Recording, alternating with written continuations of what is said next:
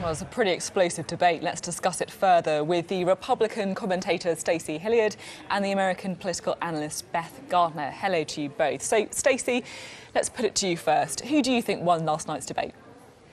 Well, I think this debate was interesting. It was very different from the previous ones. And credit to Chris Wallace, the moderator, for actually having a debate on policy as opposed to just personal attacks back and forth. I think Hillary Clinton had a very strong debate. She did what she had to do. She didn't make any missteps. And I think Donald Trump also did what he had to do in holding her to account and calling out to his base. So I think all in all, Hillary probably won, but by a very slight margin. And Beth Gardner, do you agree with that analysis that Hillary just about scraped it? No, I'd have to disagree with that, actually. I mean, I think that in some senses, this was a more conventional debate than the ones we've seen in the past, especially in the first 20 or 30 minutes. We had, what could, if you sort of squinted, almost be seen as a kind of conventional Republican versus Democrat kind of debate. They talked about abortion, they talked about immigration, the same kinds of territory that Obama and Romney covered in 2012 or other candidates have covered in many elections past. And Trump, in many ways, really sort of held it together and had a better performance than he's had in some of the past debates. He kept his cool. He wasn't as easily baited by Hillary Clinton. But I think the entire debate is going to be completely overshadowed by that one really stunning comment that he made, in the last moments of the debate. He is not promising to accept the outcome of the election. They talk about who won the debate, and then you talk about who wins the sort of 48 hours of coverage after the debate, which is almost more important. And I think that 48 hours, these 48 hours that we're in right now, and the many days to come are really going to be dominated by this. Donald Trump has crossed a lot of lines in this campaign over the past months.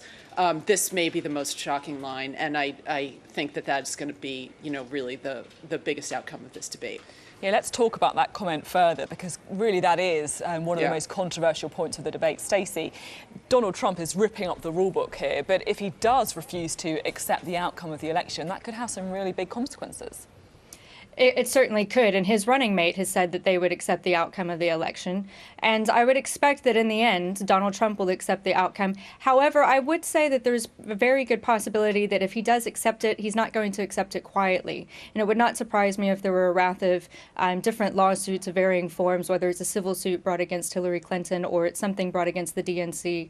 I would not be surprised about that. So I don't think that he will walk away quietly from this either way. And really, that is the point for both of the candidates. Whoever actually wins, they're going to have a real job trying to stitch the country back together after what's been an incredibly divisive campaign. Beth Gardner, how do you think either candidate's going to manage to do that?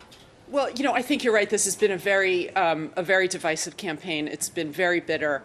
And I think that's why particularly these comments about questioning the validity of the election are damaging. That's the kind of talk, regardless of party, that is corrosive to democracy, because you have a significant percentage of people who hear that and they believe it and they're ready to buy the idea that it's a rigged system.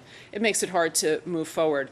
I think if you're the Republican Party, and I think obviously a lot of Republican candidates are going to be asked about this today, and in the coming days it's going to be a tough question for them to handle, although the answer should be quite clear. I think they don't hold out a lot of hope now that Trump really has any shot at winning this election. I think what they would have liked to see him do would be limit the margin of his loss, because the smaller the margin of his loss is, the easier it is for some of the down ballot candidates, the Republican candidates for Senate and House, to hold on to their seats. He's really shown no interest in helping them. And for the Republican Party, that's going to be the difficulty going forward. Now they've got yet another sort of Trump statement that they need to defend and deal with. Interesting that you're saying that Donald Trump has little or no chance of winning that election. Stacey Hilliard, do you think that sometimes the liberal media or the political establishment and the pollsters could be calling this wrong, that actually they're not completely understanding the appeal that Donald Trump does have to so many people in America, and that actually he still has a shot of winning the White House?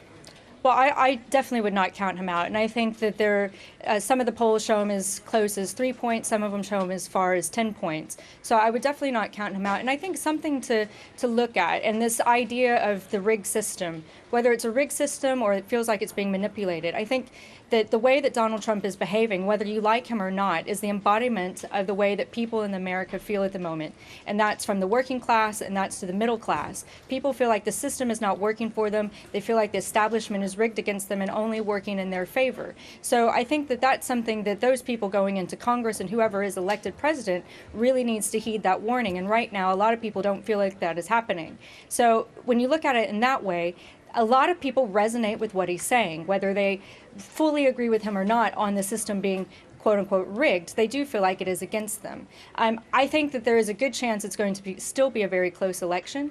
And I think if Hillary does win, she needs to do it by a huge margin so that there's no question. And I would also say the same for Donald Trump, that if he wins, he needs to do it from a large majority as well. And so I actually see this as a rallying cry to both bases to get out and vote.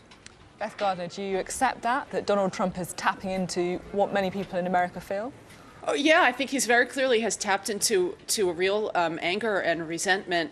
Particularly he's tapped into a sort of white resentment, a white nationalism that, is very powerful and has always been present in American politics. It goes beyond that. And obviously, as Stacey said, I think it's true that there are people who really feel the system has been rigged against them. And that's, something that was talked about on the Democratic side as well. It's been talked about by a lot of politicians. Bernie Sanders used similar phrasing. But I think there's an important distinction to make. I think talking about the idea that the system is rigged, talking about corporate power, talking about sort of, lobbying in Washington, being corrupt, that's a different thing from saying that there's a conspiracy to, alter the outcome of an election. To your earlier point, of course, your earlier question, of course, polling is an inexact science. A year and a half ago in this country, we thought, we were going to be looking at a hung parliament, and it turned out to be, several points further away from that in the favor of the conservatives. So you can't always predict what's going to happen. And as Stacey said, there have been some polls that have shown Trump only behind by 3 points. But the pollsters tell us to look at the averages. And if you look at the average of all the polls that are done, Hillary's up by, I think, sort of 5, 6, 7 points now.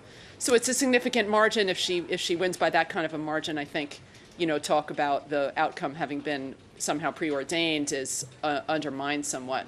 But, it's dangerous territory to be getting on, I think, for him to be making these kind of allegations that there's some sort, if he loses, it's because of some kind of a conspiracy.